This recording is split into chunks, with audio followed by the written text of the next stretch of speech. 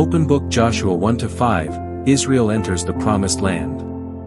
Chapter 1 begins with Moses' death and the appointment of Joshua as the new leader of Israel. The author intentionally presents Joshua as a new Moses. Like his predecessor, Joshua calls on the people to obey the terms of the covenant given to Israel at Mount Sinai that are found in the Torah.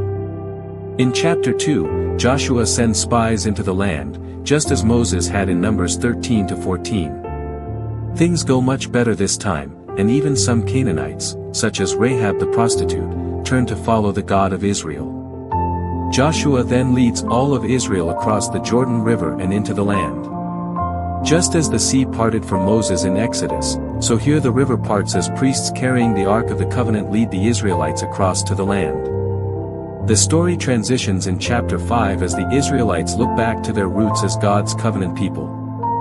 They have the new generation circumcised to honor that covenant, and they celebrate their first Passover in the new land. Just as they prepare to go forward, Joshua has an encounter with a mysterious warrior who, it turns out, is the angelic commander of God's army. Joshua asks, "Are you for us or for our enemies?" The warrior responds, "Neither," which shows that the real question is whether Joshua is on God's side. Chapter 5 makes clear that this story will not be about the Israelites versus the Canaanites. Rather, it is God's battle. Israel will play the role of spectators and only sometimes act as supporters in his purposes. Open Book Joshua 6-12, Victorious Battles over the Canaanites.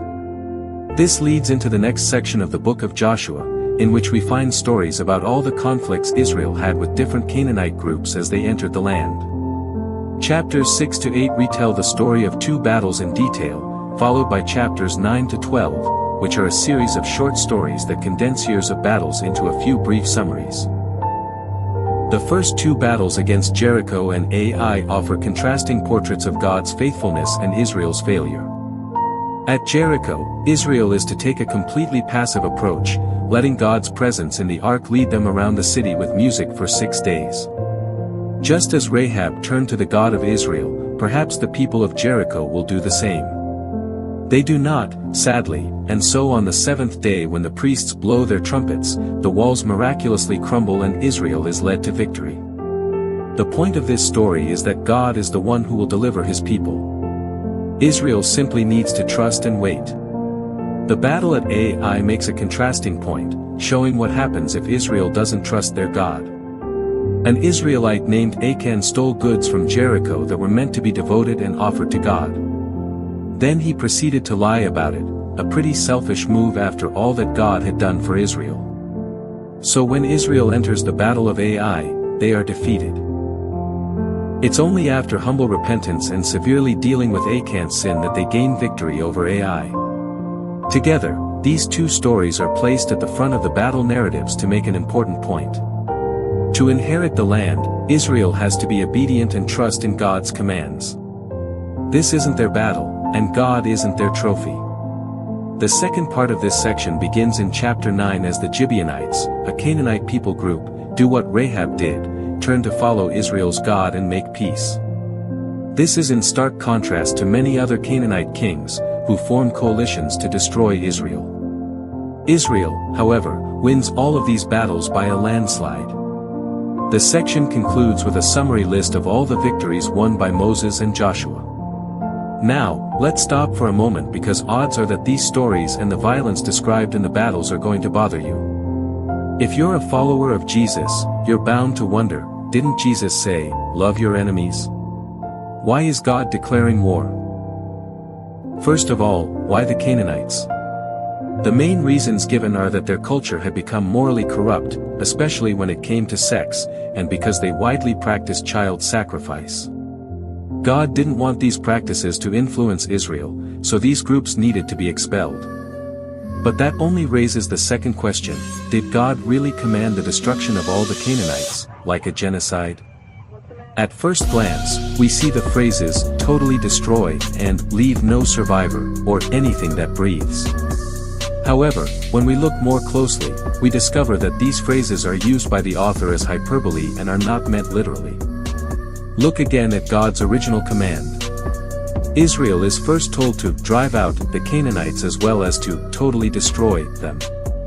This is immediately followed by commands to not intermarry or enter business deals with them. You can't marry or do business with people that you've literally destroyed. Moses is using hyperbole, an exaggerated expression, to make his point with force. The same idea applies to the stories told in Joshua. For example, we're told that Israel left no survivors in either Hebron or Debir, but later these towns are still populated by Canaanites. In this way, the stories of Joshua fit in with other ancient battle accounts in their use of non-literal hyperbole as part of the narrative style. So the word genocide doesn't really fit with what we see here, especially in light of the stories about Canaanites who did turn to the God of Israel, like Rahab or the Gibeonites. God was very open to all who would turn to him in repentance and trust. As a last thought, these stories mark a unique moment in history. These battles were limited to the handful of people groups living in the land called Canaan. We know this was a temporary and limited measure because Israel was commanded by God to pursue peace with all other nations. The purpose of these battle stories was never to tell the reader to commit violence in God's name. Rather, they show God bringing his justice on human evil and delivering Israel from being annihilated by the Canaanites. Open Book Joshua 13-24, dividing the land and a call to faithfulness. Now, back to the book's design. After years of battles, an aging Joshua divides up the land for the 12 tribes. Most of this section is made up of lists of boundary lines. And let's be honest here, it's kind of boring and hard to visualize. It's like reading a map with no pictures. For the Israelites, however, these lists were super important. This was the fulfillment of God's ancient promise to Abraham that his descendants would inherit the land. It was finally all coming to pass, down to the last detail. This all leads to the final section found in chapters 23-24. Joshua gives two final speeches to the people, very similar to Moses' final speeches in Deuteronomy. Joshua reminds them of God's generosity in bringing them into the land and rescuing them from the Canaanites. He calls them to turn away from Canaanite gods and to be faithful to the covenant that they made with God. If they do so, it will lead to life and blessing in the land. But if they're unfaithful, Israel will call down on itself the same divine judgment the Canaanites experienced, and they'll be kicked off the land back into exile. The book concludes with Joshua leaving Israel with a choice. What are they going to do? That's the big question that looms as the book of Joshua comes to a close.